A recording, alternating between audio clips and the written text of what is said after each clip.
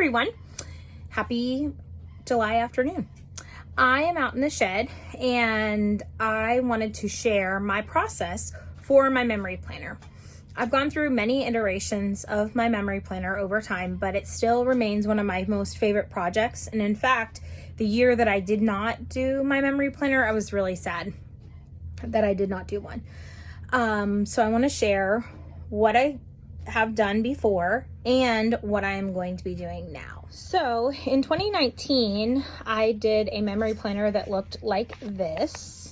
And in June of 2017, I saw a memory planner for the Happy Planner and I really wanted to do it, but I had a lot of materials from another planner. So I decided that I was going to use that first. And this was the first memory planner that I did.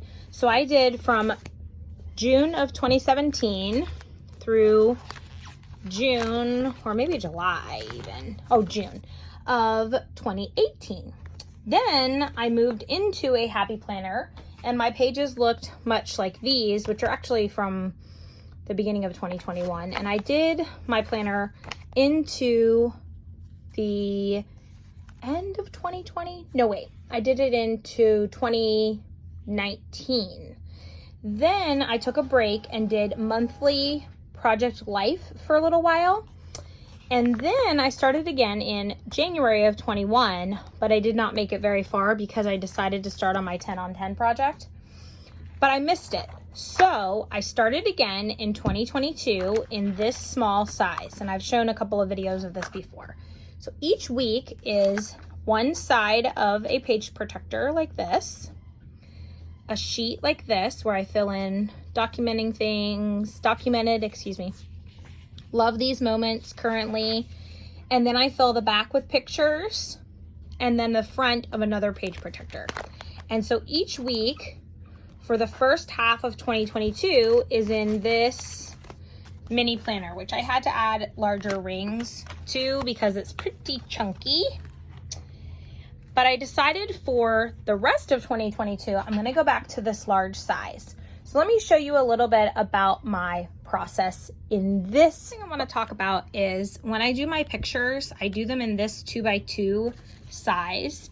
They do not take up an entire square in here. And I do it that way so that I can write the journaling like right here and also have room for some stickers.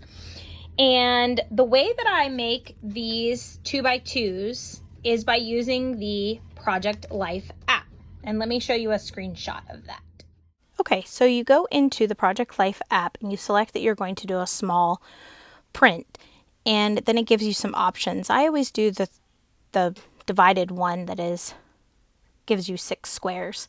And then you can select where you want your picture to come from. So I selected a picture from this week just to show you an example. It's telling me it's not complete, and that's true. So then you save the image to your camera roll, and then you can select to have it printed where you would like to. And I like to use the Print to Size app. So then you import it to the Print to Size app, and you can change the size of it in there. So I change it to a 4x6, and then you can crop it to be a 2x2. The reason I like to do it this way is it allows me to have multiple pictures and I don't need to pay attention to whether or not something is square or rectangular. That's how I make my 2x2 pictures. Then once I have selected my pictures, then I add those in to my planner. And if they have lines like this one, I stick it in and then I still have some room on the lines. And after I have all the pictures in, and before I write the journaling, then I go through and I do things like add in some text boxes, add in some stickers, things like this. And I'm using Happy Planner materials. These are the memory planner ones, but also they're just the ones that are big.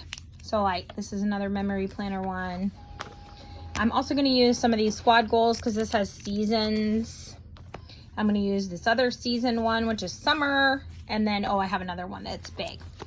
So one of the things that I do is I go through and I use this one to put in holidays, any numbers that I want to put on the calendar, etc.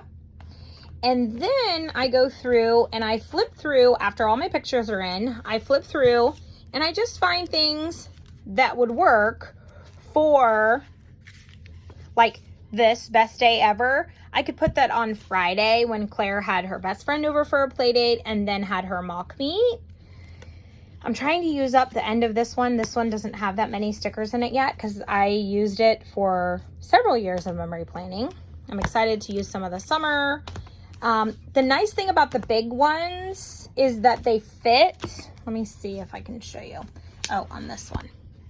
They fit inside the boxes. So like, for example, this size in the big is a lot bigger than this size, which is for the classic. So you can see them next to each other. But because I'm using it and I still want to be able to have space for journaling, I don't mind using some of the classic ones, but I'm going to try to use up all of these first because there's several other memory planner ones that have started to come out. So then I go ahead and write in the journaling and I will show you that. So here's an example from the beginning of 2021. And you can see I did like 2 pictures, journaled, and then there's some stickers. These kind of are along on the same day that they happened on. But then there's other times where I did something going kind of across and then wrote the journaling. Or I have these, like I have journaling here, but I have a picture in between because it happened like towards the weekend, but I wanted to have enough room to make it all fit. So I don't always do it just straight down in a strip, but it can happen either way. You may have also noticed in my old one that I wrote in pencil, but a lot of it started to rub off. So I'm writing in pen and I do make mistakes. And sometimes I just scribble them out and sometimes I white them out, but I've gotten better at doing it the more that I have done it. So that's exciting. So I look forward to showing you what I'm doing in the rest of my memory planner the next few months. And I would like to see what other people are up to. If you're doing a memory planner, go ahead and share it and send me a link.